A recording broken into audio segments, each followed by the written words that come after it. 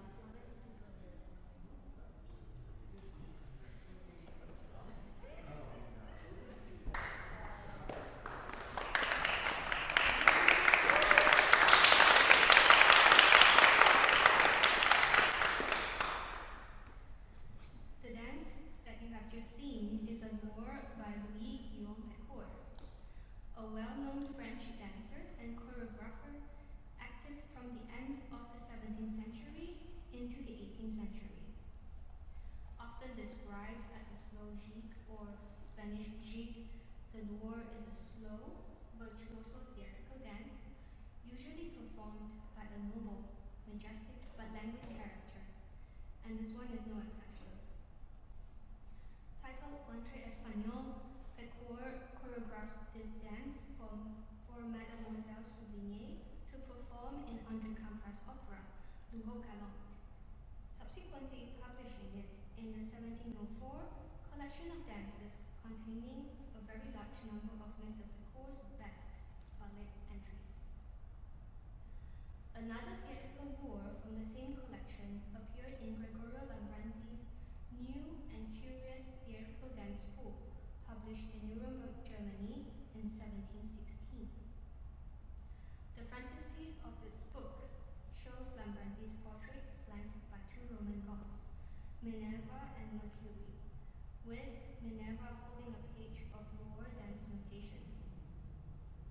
The concordance with the 1704 publication enables us to establish that this lore, set for two men, was originally choreographed by Peccore and performed in the opera Silla by Teobaldo Gatti in 1701.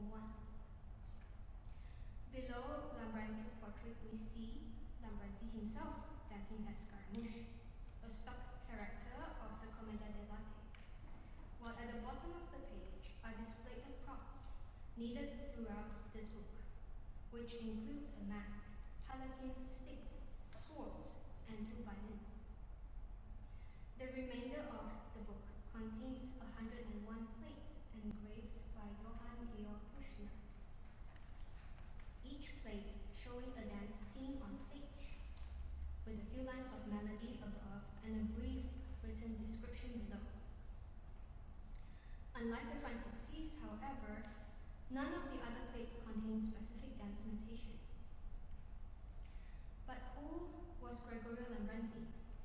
An 18th century choreographer and dancer, believed to be a Venetian and thought to have toured around major European cities, his life and personality remain otherwise a mystery. Certainly, the only known work by Lambranzi, The New and Curious Theatrical Dance School, does not provide much information. In 1928, Federica Terra de Moroda published an English translation of Lambranzi's preface and written descriptions from the plates. But in 1936, she also rediscovered a manuscript version containing just 85 drawings. From Lambranzi's own manuscript remarks, Moroda surmised Lambranzi had spent most of his life in Germany and might have Italianized his name, which was not unusual at that time. Lambranzi's New and Curious Theatrical Dance School is an unusual collection of choreography, French, from an unusual geographical location, Germany, from a mysterious author, Italy. It is for that reason that it presents such a fascinating challenge for the performer and historian of dance. For this lecture recital, therefore, my aim is to learn more about the author and the dancers from his collection, and in particular, to develop a framework within which I can recreate some of the dances based only on the written descriptions Lambranzi provides. In order to do so, I will present an overview of the dissemination of French dance in Germany from the second half of the 17th century into the 18th century, and explain a few selected basic techniques and ideologies for French theatrical dancing. I will then apply this understanding in a number of case studies, each of which provides a different challenge but also a different type of solution. In conclusion, I will demonstrate the selected Lambranzi choreographies set to my own arrangements of Lambranzi's tunes. Lambranzi stated in his preface that he was the model for both the male and female dancers shown in the engravings. He also stated that the music and dance compositions were mostly his own, melodies were likely to be derived from popular tunes he encountered while he toured Europe. The subject and genre of the dances ranged widely from noble to comedic characters dancing French noble dances to pantomime and acrobatics. Explaining how the book was to be used, Lambranzi advised that, quote, by means of the illustrations and its accompanying air, the majority of which are my own compositions, I shall portray a principal character in appropriate costume, the style of his dance, and the manner of its execution. I shall also explain the essential matters in such illustrations and indicate what step should be employed. End quote. The written description at the bottom of each plate, however, describes the steps and the manner of performance only in general terms, which, as Lambranzi clarified in his preface, the dancer is free to adapt as he or she pleases.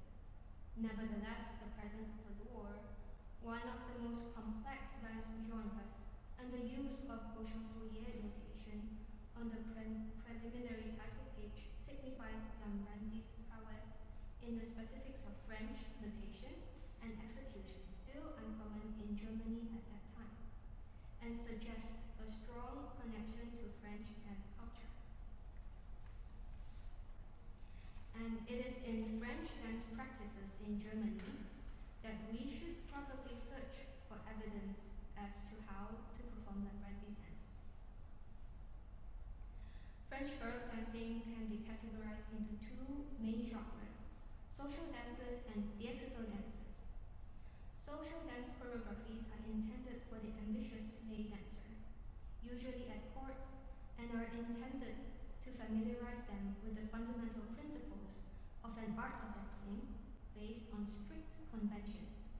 On the other hand, theatrical dances stimulate the creation of expression on stage in an imaginative way and at the same time offer small portrayals of plot or action.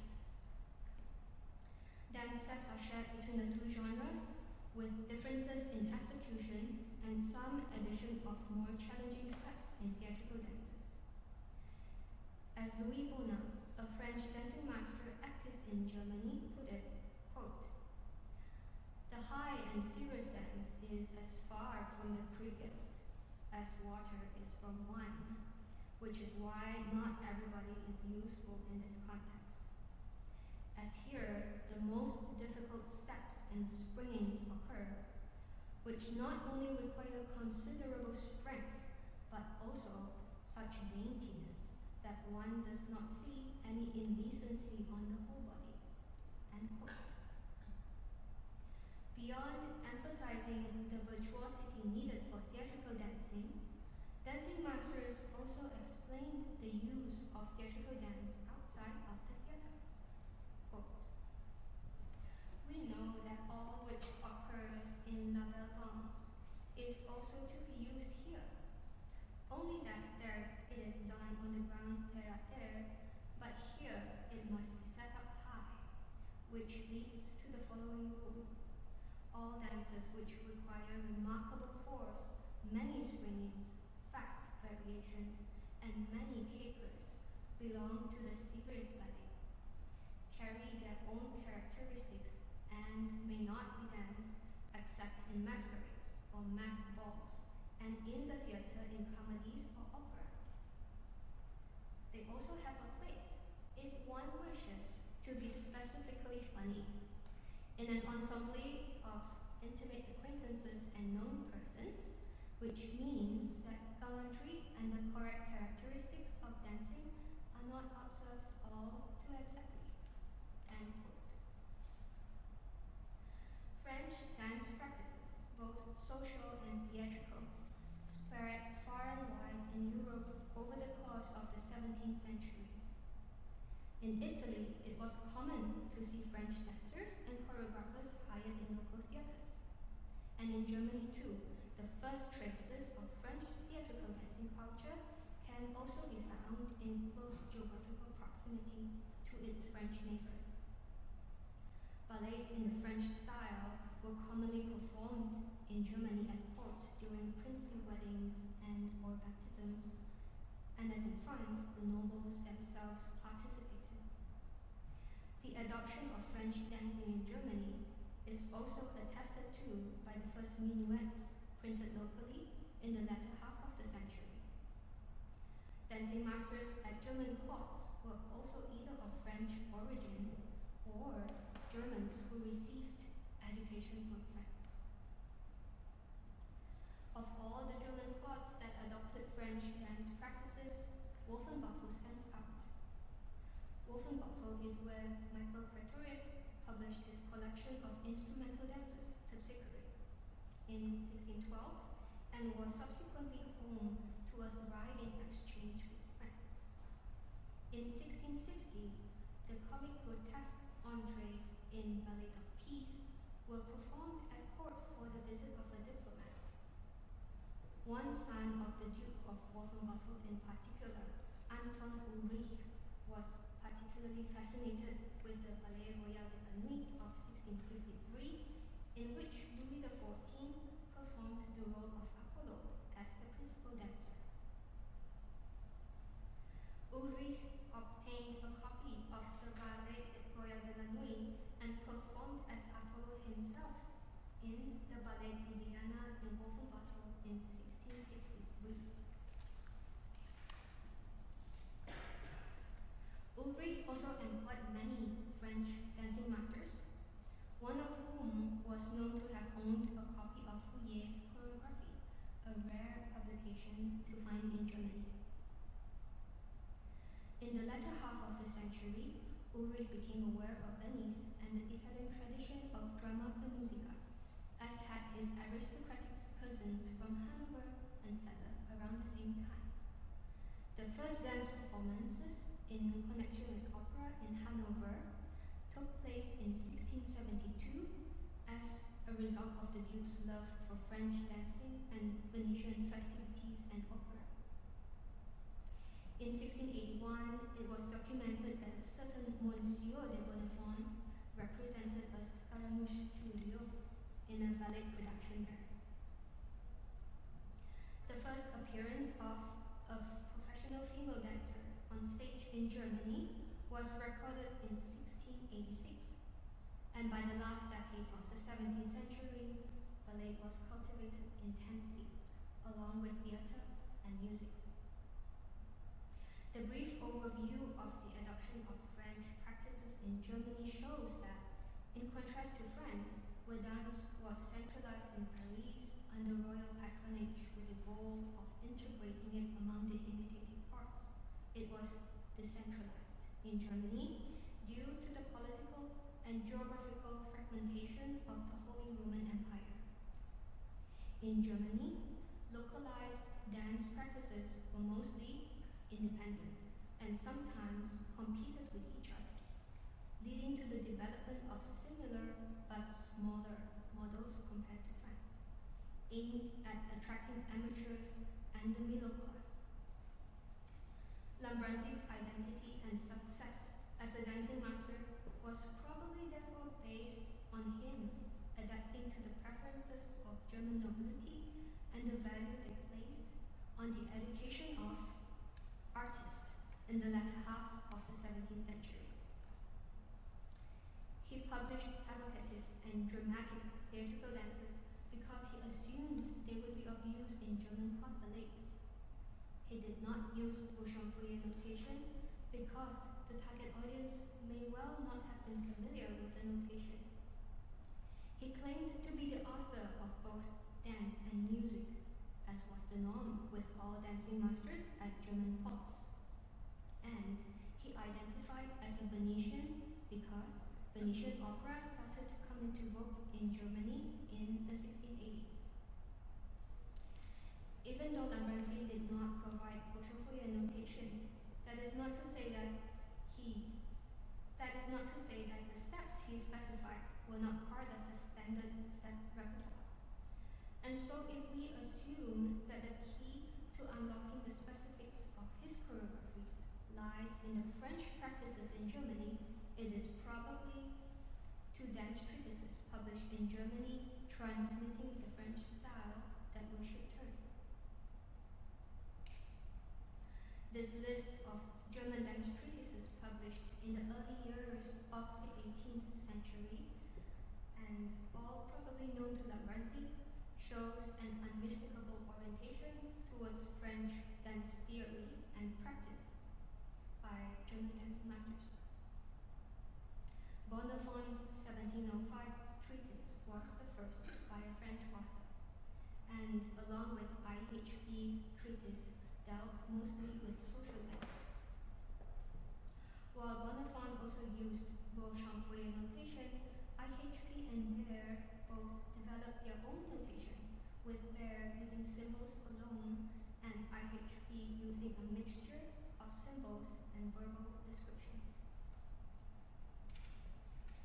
Neither of their notational methods took off in Germany, since they could only reflect a limited selection of dance vocabulary, required substantial pre-knowledge of the repertoire, and could not serve as a complete instruction for the amateur target audience. Alongside Bonnefont, Taubert, the complete dancing master from Leipzig 1717, which includes a translation of Fourier's choreography, is perhaps the most relevant source. In the preface, Taubert provided his reason for including Fourier's text. The reluctance of French dancing masters to share their notation system with foreigners, the language barrier, and the costliness of getting a copy of the choreography. Such an explanation throws into stronger relief differences between Lambranzi's book and other dance collections, the absence of Beauchamp-Fourier notation, which was considered replaced by a short paragraph of textual instructions and an image of a moment of the dance. This absence of the notation gives Lambranzi's choreography a lesser degree of prescriptiveness, yet the presence of the regular notation in his preliminary title page nevertheless asserted his French credentials and reaffirmed his expertise in the French dance steps that are listed in the text accompanying each plate. Perhaps Beauchamp-Fourier notation could no longer fully meet Lambranzi's demands because his collection of choreographies had a wide variety and range of subjects and difficulty that included unconventional movements, or by not prescribing dance steps in Beauchamp-Fourier notation, his book could sell to a wider range of audiences. Whatever the rationale for the absence of Beauchamp-Fourier notation, any reconstruction of Lambranzi's choreographies must also certainly start with French dance steps as outlined in both French and German contemporary treatises. Lambranzi's foreword and the description of the individual plates suggest and assign a few steps that could be used for each dance.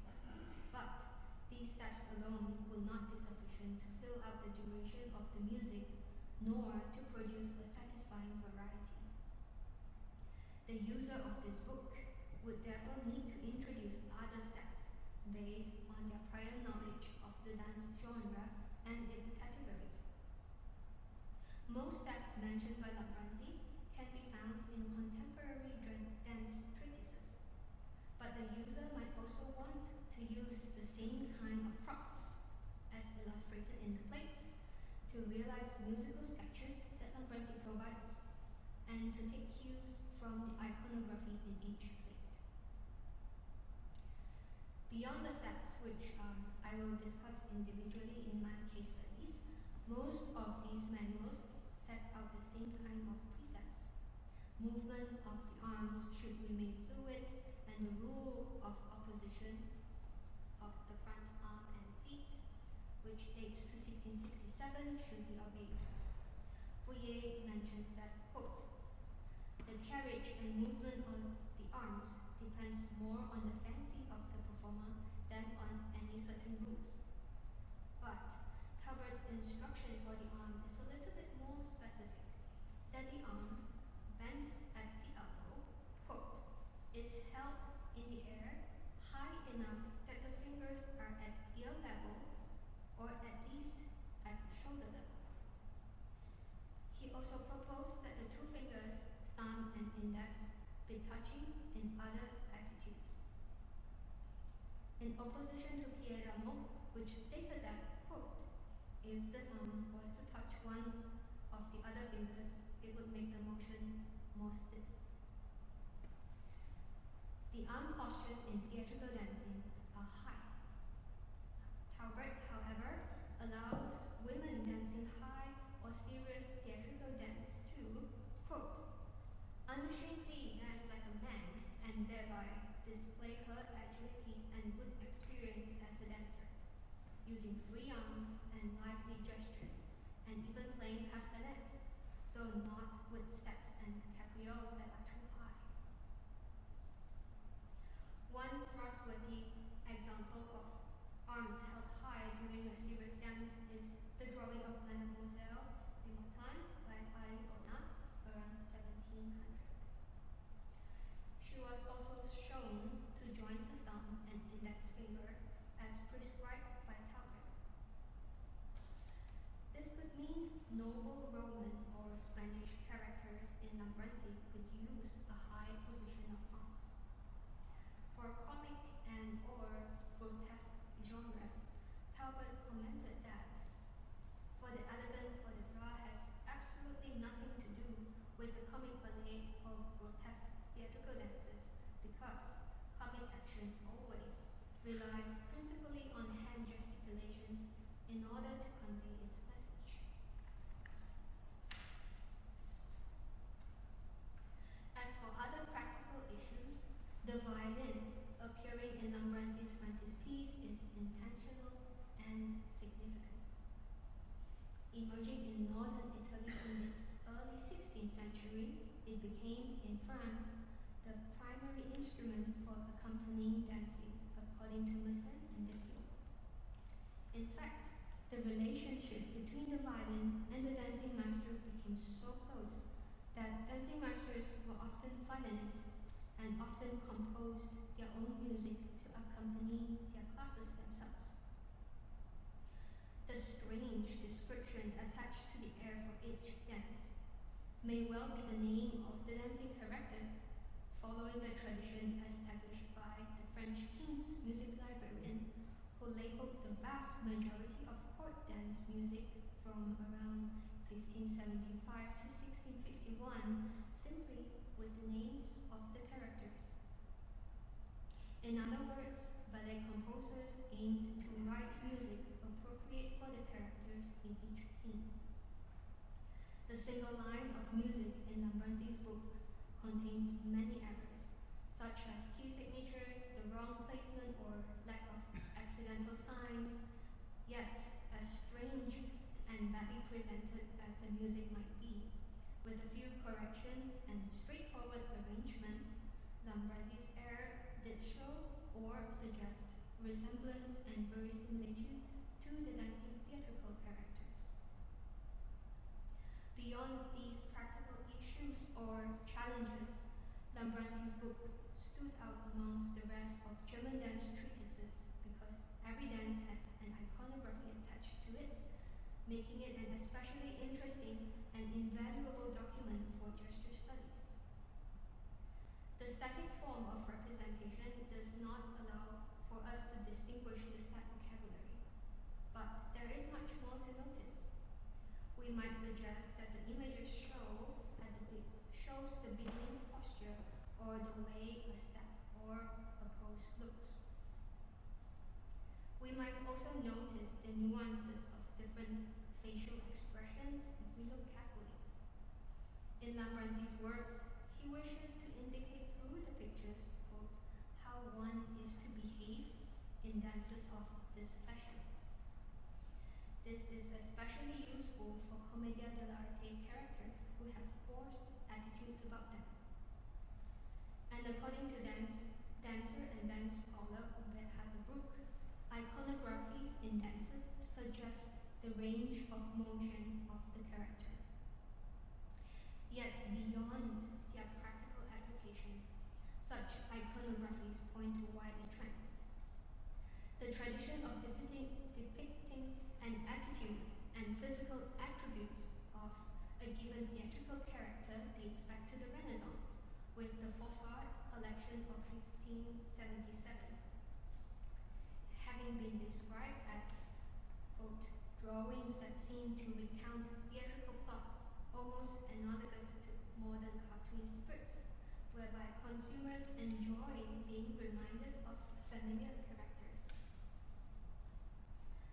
According to Ferronet's 2019 study, figures like this were also reproduced in German captions and had enjoyed widespread distribution in German-speaking countries. Relatively faithful copies of these subjects were sometimes also displayed at the entrances to commercial theaters and other venues, and also distributed to the audience or sold.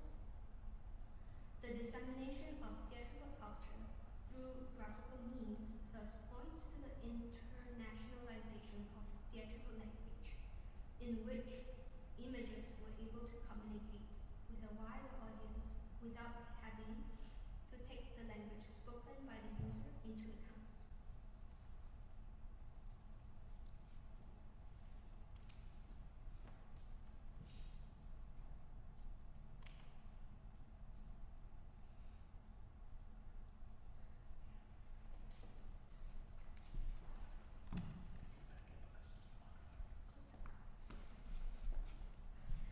For my case studies and reconstruction, I have chosen 4 plays, each selected to represent one of the diverse genres of theatrical characters that Lambranzi introduces: the noble, the comedic, the exotic, and the grotesque.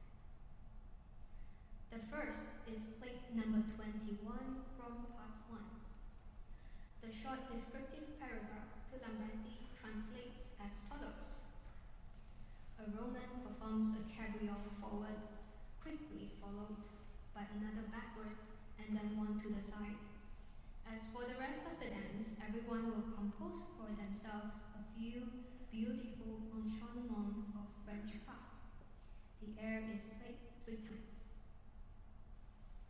The Roman character depicted in this play looks to be some sort of an imperator, except that the figure, Lambranzi himself, assumes a gesture with a rather odd foot position, and the feathers on his headpiece are also strangely droopy. The music is in a major key in double time with no pickup, and its title, Roberto, might be the name of the original character the choreography was for. Although bearing the outward characteristics of an entrée grave, the melody sounds cheery and peasant-like, as opposed to the usual majestic entrée grave music for more serious mythological and powerful characters, such as the famous Entrée d'Apollon by Ducour. Based on the above observation from how Roberto looks and how the music sounds, plate number 21 might be a case of a comic or satirical dance, where a noble impersonates a peasant-like character or vice versa, especially since Lambranzi specifies that the cabriole forwards, backwards, and sideways are to be used. A cabriole, known as a bound or caper in French and English dance treatises, is carried out in many directions, and may have been derived from the Italian Renaissance dance step, capirola, where a dancer is to, quote, leap up and pass the feet back and forth rapidly as many times as you can in time and land in a cadenza.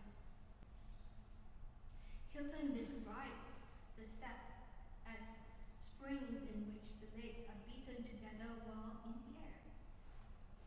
The cabriole is most often found in male theatrical solo dance, such as the iconic Entrée d'Apollon, and Lambranzi worked these theatrical steps into the action of high and low subjects into 11 plates of his book. There are 3 plates in particular that showed the execution information of the cabriole either in preparation or during the step itself. So on this side, it's the preparation of the cabriole to the left. And on the top corner is the manner of performing a cabriole upwards. And the bottom is the character jumps in with the cabriole and looks like that. Based on the information provided by Lambranzi and borrowing elements from other choreographies from Phaik, I will now demonstrate my interpretation of plate number 21. For the purpose of this performance, the air will only be played once.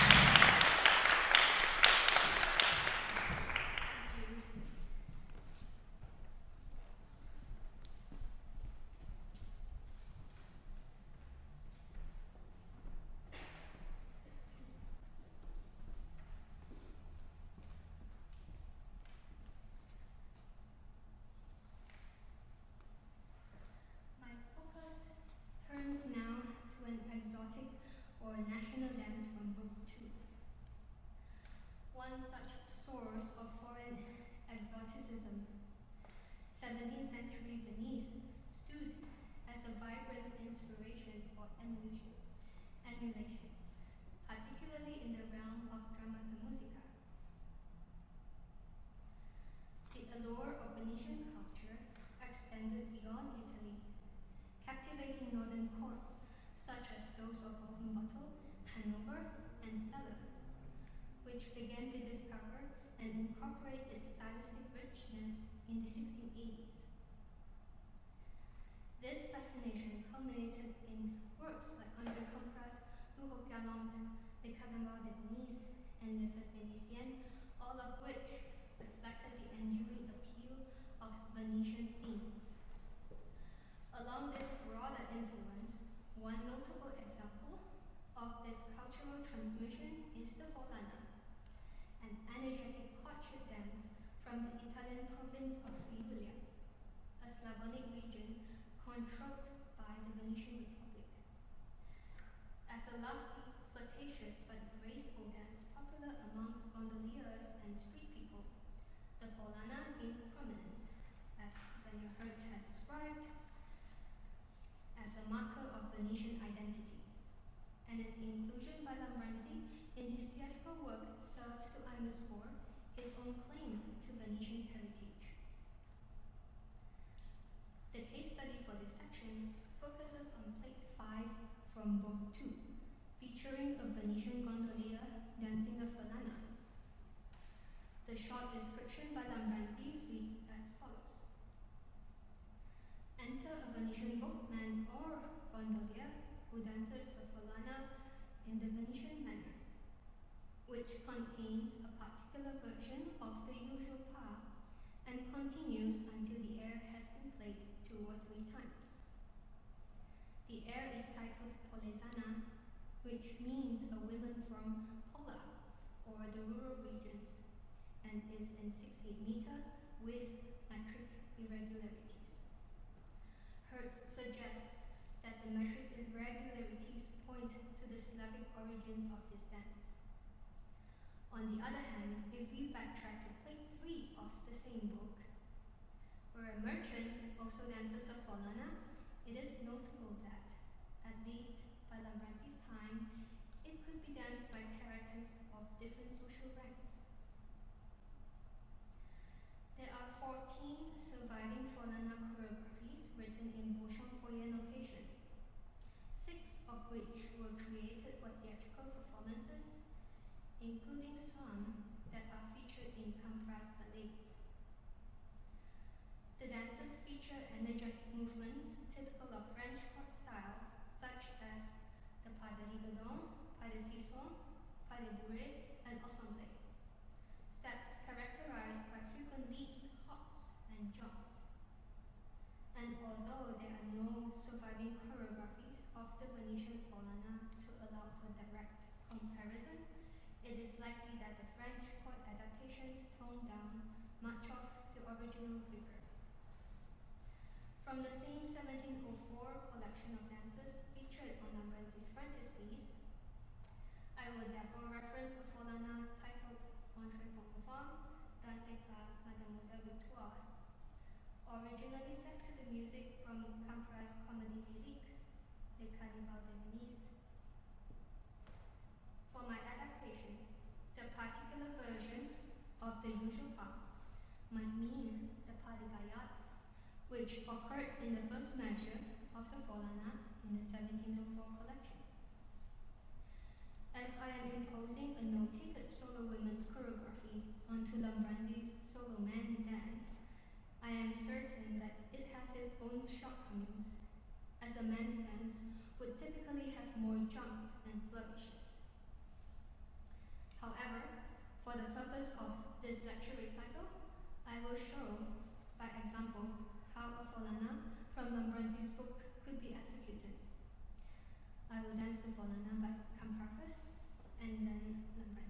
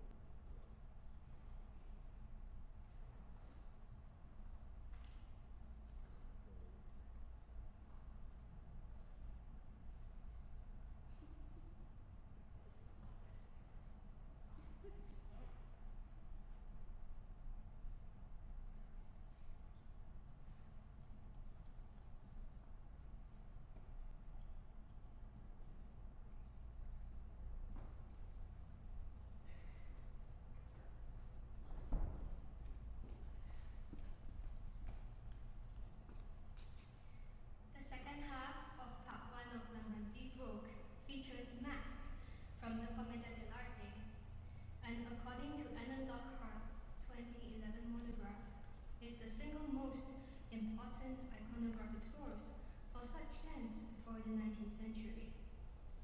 Commedia dell'arte, a vibrant and dynamic form of Italian theatre that emerged in the mid-16th century, is characterized by its ensemble of stock characters, known as masks, which provided a foundation for much of the performance. The dance that accompanied these performances, though, was typically French in style by the 18th century. My third case study is Part 1, Plate 24, featuring the Commedia dell'arte character Scaramouche, here in the pose of a statue. Among the different masks featured in Lambranzi's book, Scaramouche seems to be his favorite. The character appears throughout the volume, but most notably on the title page, where Lambranzi himself is portrayed playing the role. In Pierre-Louis de Chartres' 1966 study of Commedia dell'arte, Scaramouche is described as follows. Quote, born in Naples towards the close of the 16th century, and grew up into a captain of his time, but he was a captain made for skirmishes only. He buzzed about with a long sword, stinging first this enemy, then that, like a bee darting from flower to flower. He is black from head to foot, like a bumblebee. And it is to be noted that this color was a feature that he retained without variation throughout the evolution of his character. End quote. The very early iconography of Scaramouche from Jacques Callot, Bali di Spessania of 1617, shows Scaramuccia and Fricasso, another Commedia character, in a comic duel, with Scaramouche presented as agile, comic, and slightly cowardly. Later images show him as basically tall, thin, agile, occasionally malicious, and a skilled thief. He is also characterized as being confrontational, swarthy, mustachioed, and quarrelsome, although he is no match for his zany counterpart, Harlequin, and is often beaten by him. In France, the character of Scaramouche first appeared in 1639, when the troupe of Giuseppe Bianchi was invited by Cardinal Mazarin to perform before Louis XIII and Anne of Austria. And on that occasion, the role was played by Tiberio Fiorelli, who famously pacified the young Dauphin, future Louis XIV, by making funny faces, and out of the mask, apart from Harlequin, Scaramouche won the hearts of the Parisians because they could understand him best through mime and facial expressions rather than complex Italian wordplay. Fiorelli was very active in Paris until 1689, and Dutourlage, a contemporary and friend of the comedians, related that Fiorelli strongly influenced Molière. Lambranzi offered some general advice on the plates on Commedia figures. Quote, the lively and burlesque type represented in number 23 to 29, such as Scaramouche, Harlequin, and the like, must be expressed in the eccentric style of dancing, and with, of course, ridiculous and comic positions suited to the peculiar characteristics of each. Thus, Scaramouche dances his long, unformed, and heavy imitations, such as the pas de Scaramouche. For these, no figure or costume can be used other than what was employed on the Italian stage. End quote. Lambranzi's Scaramouche dances point to his movement as a grave, striding villain. This quality of movement is also echoed by patron and writer of dance, Lincoln Kirstein, who describes Scaramouche's movement as, quote, gravely absurd as the characters intended, in an overstretched, tedious movement of unnatural length of lines. The instruction to plate 24 reads, when the curtain rises, there is revealed this lovely figure, which remains like a statue until the first part of the air has been played. When this is repeated, Scaramouche jumps off his pedestal and performs his beautiful pas de Scaramouche. With cabrioles and pirouettes, the dance ends when the air has been played 3 times. While the pas de Scaramouche is not a standard step, Barry Grantham, a leading British exponent of commedia dell'arte, described it like this, quote, sliding into a forward split and pulls up into the front leg.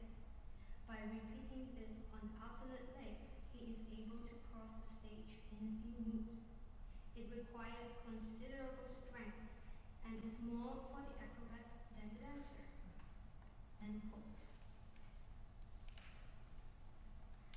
The cabriole Lambranzi calls for here is different from the first case study, as the situation requires an Italian cabriole that starts and ends in an open position.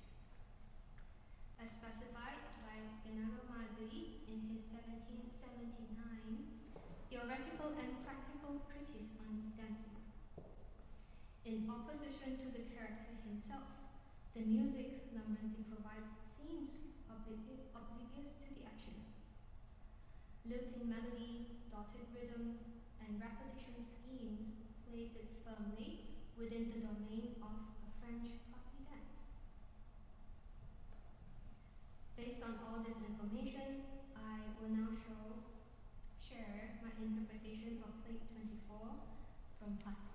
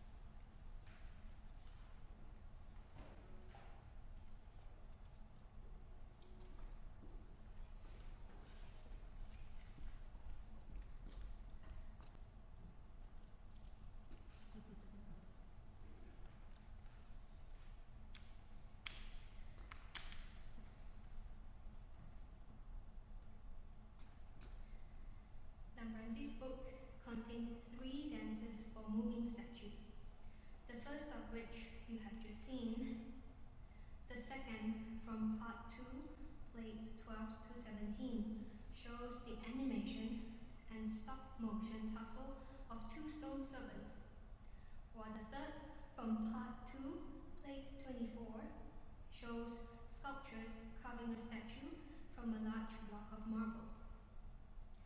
For my final case study, I will take a closer look at the second of these. The plate comes with the following short instruction. Plate 12. These 3 persons remain motionless until the air has been played once. When it is repeated and the sign A is reached, those at each side jump to the ground and assume another pose as shown in the next plate. And the next plate says, when the sign B is reached, they jump apart and take the position shown in the next plate. Plate 14, thus they stand rigid, only slightly changing their position at each musical beat or bar, but as soon as the sign C is reached, they jump apart again. Next plate, this is the third pose, and when the violin comes to the sign D, they assume this pose. Next plate, and when the sign E is reached, they take this position. Last plate, and thus they remain rigid until the sign F is reached. The F was missing. I wrote that F was my writing. When the dance comes to an end, this is but one dance with the changes described. The center statue remains motionless until the dance comes to an end. These plates are strikingly similar to Nicolas Dauphinois' Flaviander's Wrestling, which is from London, 1585. Troops of dancing statues were regularly seen in 17th century Venetian drama da musica, and the moving statue was also a staple of commedia dell'arte players, appearing in innumerable lazzi, or comic scenes, set in sculptures, ateliers, and ruins. Lambranzi's illustrations are rare evidences for the details of improvised theatre, and provided a vivid glimpse into the repertoire of the Italian comic dancer in the first part of the 18th century. In these illustrations, Lambranzi takes on alternate physical identities, playing with the borders of humanness, known as stile grottesco, while his moving statues were denizens of a strange wonderland, home to dwarfs, hunchbacks, the blind, the 3-legged men, Turks, Dutchmen, and gypsies. The music of plates 12 to 17 is notable for its rhythmic irregularity and for the closeness with which its musical content can be matched to the animation of the statues. That said, in working on these plates, as simple as they may seem, the dynamic between the 2 servant statues and the motivation for the action that takes place between the snapshots captured by plates is challenging to establish. For this case study, we will explore an alternative, modern identity of what the 2 statue servants could represent today. With that, we will present you plates 12 to 17.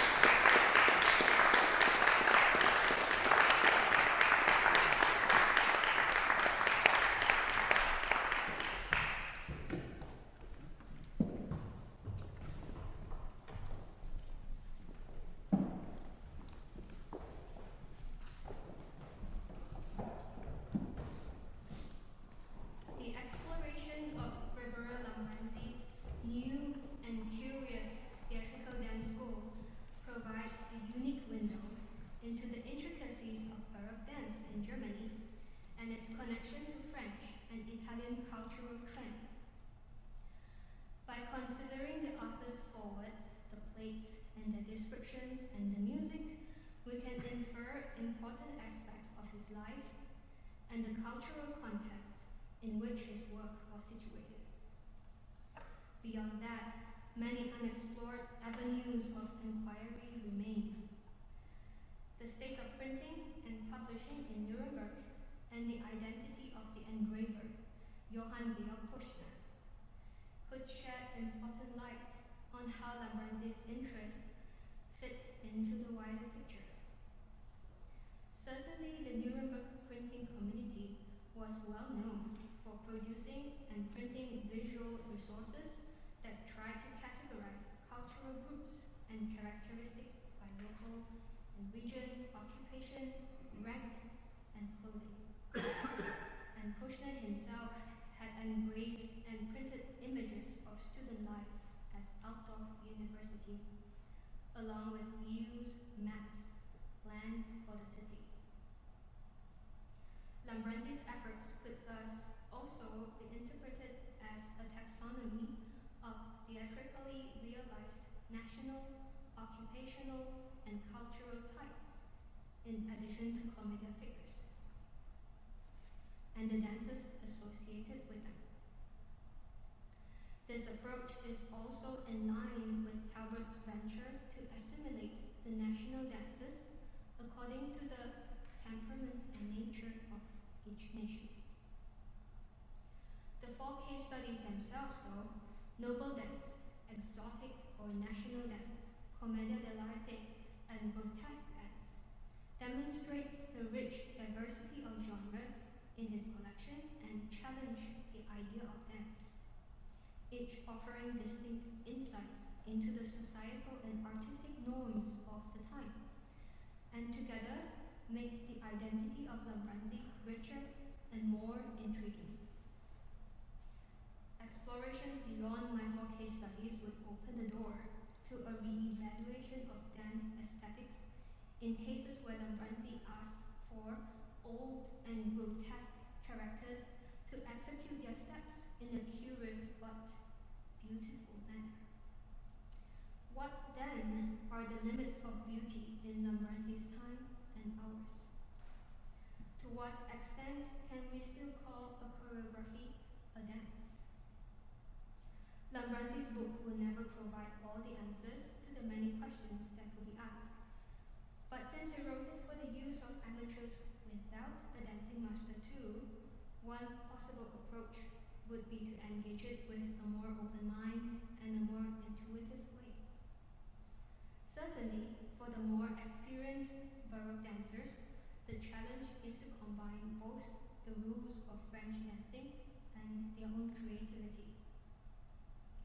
After all, as Louis Bonham put it in 1711, the high art of free dance improvisation was dependent on the, quote, right mind and quick nature of dancers themselves.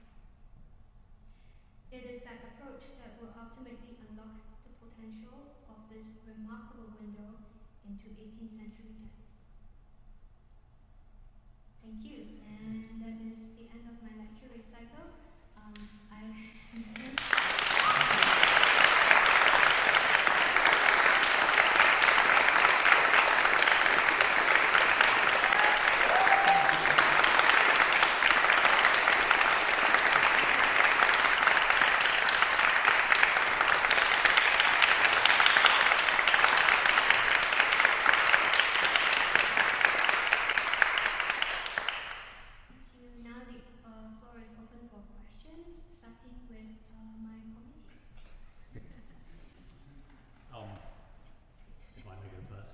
Congratulations, what a fantastic job and just amazing performance. I just have a couple of observations really. So I was struck by, on your list of German dance treatises, most of them were kind of social dancing, you know, presumably aimed at like amateurs, you know, and then there was Lambranzi, and then there was Bonham, which mentioned theatrical things. So I was struck about the kind of rarity of books talking about theatrical dancing. And then I was also struck when you said there are like 101 or 100 plates in this book. So I was just wondering how much a book like this would have cost and what possible kind of purpose it can have had.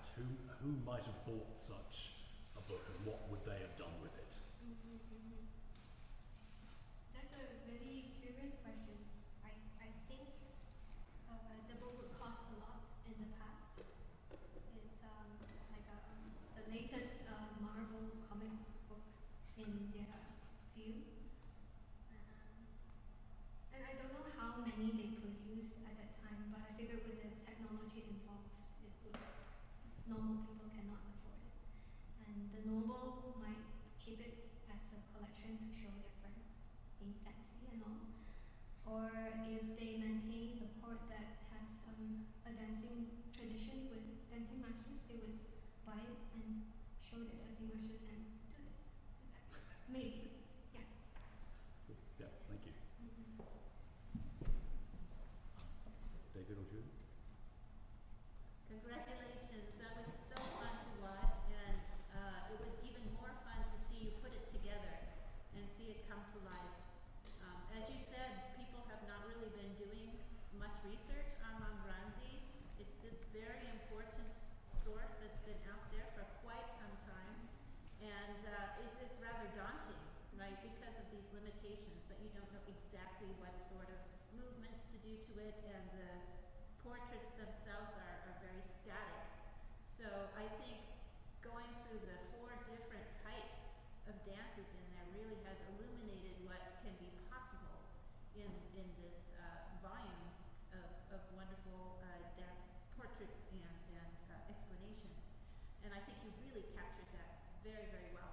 Also, your facial expressions. You know, I was interested to hear about the Scaramouche character being described mostly by his facial expressions, which was very interesting. I wonder if they say the same for all of the other characters. For Harlequin, it just seems like it was especially emphasized. Did you feel that, or have you read about the other characters? Does it talk about those facial expressions as much? So comedian characters, they usually are associated with a mask, like a physical mask. And in the sources that I have read, it is especially pointed out that Gregorio, the actor who acted Scaramouche, took his mask off, and that opened like a world for him. So I think it is unusual for him to do that, and that's why it's emphasized in sources until today. I'm also curious about the Forlana, because most of the Forlanas that we know from the French repertoire are for either a couple or for a woman. And it's interesting in Lambranzi, are they all for men? Yeah, I wonder, the music also was very different, the Venetian music, from the Forlanas that we see in the French Baroque dance repertoire. Do you have any sense of how your choreography that was taken from your French notation worked with the different affect that you brought to it? So Forlanas are essentially a couple dance. The next plate to the plate that I've done is when his wife joins him. So I think if I dance the solo man plate and then with his wife together, that will make it complete. And what you have seen just now is not the complete thing. Yeah, so couple dances, yes. And it happens very often in Lambranzi's book that always the man enters, and then when you flip the next page, oh, his wife joins him in dancing. Yeah, it's very common to find. And about music, yes. So there were many errors in Lambranzi's music. The challenge that I faced when I choreographed steps into the music of Lambranzi is it's very irregular, very, very irregular, and it's very off-putting. Yeah, so I don't know if that's an error on his part or the lack of understanding for Lana on my part. So yeah, but the camera for Lana was easier to follow, although it is the meter was challenging for me too. So I hope that answers some of your questions. Yes. Thank you very much. Thank you. Thank you. That was a wonderful performance. The dances were amazing. I have a general question and a specific one, I suppose. So it's clear that the images were made specifically to his directions, right? Like, yeah. Do we know anything about who made them? So we have a manuscript where it's hand drawn, with the music also handwritten. Sometimes we have German text underneath it or not. And then when it's put into copper plates like this, sometimes the images are reversed. So we know who made the copper plates. That's Johann Georg Puschner, the engraver from Nuremberg. But the manuscript, we don't know. Okay. Yeah. Probably a skilled artist working off the manuscript. Mm-hmm. My specific question was just one thing I noticed in the first dance. The still image has the legs sort of off to the side and the knee bent. Yeah, and I mean, I thought I saw you do that really just once coming out of a turn. Yeah. And so that was striking to me just because it's so emphasized in the still image. Mm-hmm. Just, could you comment on that decision? Because I mean, it looks kind of goofy, and what you did looked much more elegant than the picture. Yeah, I probably should have done it less elegantly. I mean, it depends on how you interpret, because some people think that it's really a noble dance. So how I came across that pose within my choreography is I was trying to find an opportunity to do it. Yeah, Thank you. Thank you.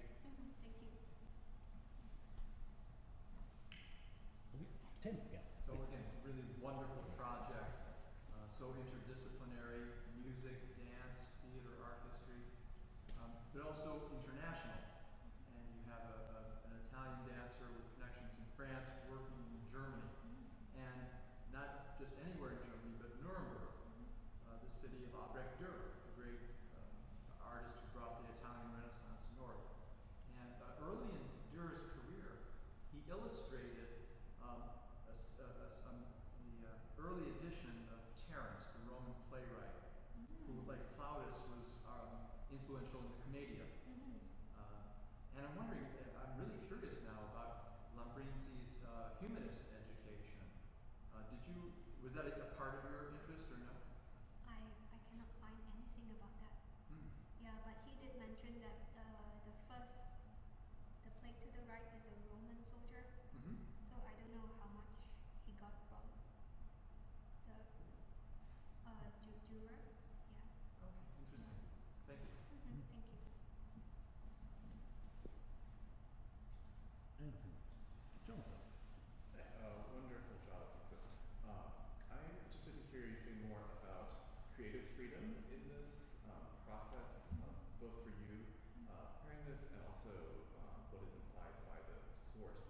I want to draw a connection to your other project in Parlamento, where we often have a fully written out baseline and a motif to begin melody, and then it's up to the student in that case to work out creatively how to use those materials to create the whole thing. And I feel like that definitely has a parallel, especially with the first one that you described, where there's some moves prescribed, and then you do what you like. So can you say more about what kind of creative freedom you felt you could take, and what you think would have been used with this kind of resource? If I compare what I'm doing just now and Partimento is more esoteric.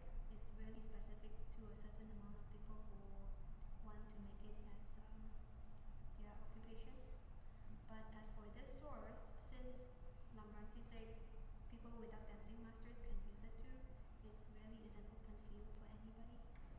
And as for myself, I set parameters, so I make sure that I use whatever I can learn from French dancing and the rules and the steps and put it inside.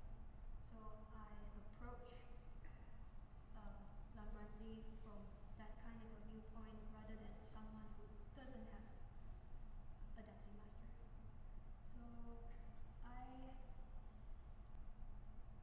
can imagine a theater teacher using this as for one of his or her classes for theater school children, and then that would have been more freestyle and then really away from the book and really not reading the descriptions and maybe just play the music and see what the music inspires the body to do rather than being confined to certain rules and what they have known from French dancing. I hope that answers your question. Yeah, great, really great job there. I was wondering along that line what you use as your inspiration parameters for your hand gestures, which I noted in some of the plays you were talking about, the closing of the hands and stuff, but a lot of your hand gestures seem to be a departure from the French school, as I understand it. I still rely heavily on opposition. For my opening piece that I danced before the lecture, I watched a lot of flamenco videos and stole their ideas. For the noble one, it's just higher than the usual oppositional one. The Forlana, it's not so much this, but more of the peasanty kind of manner. And I inserted a gondolier doing this. Yeah, and Scaramouche is just really away from French dancing at all. And statue is even away from the universe of French dancing. So hope that answers your question.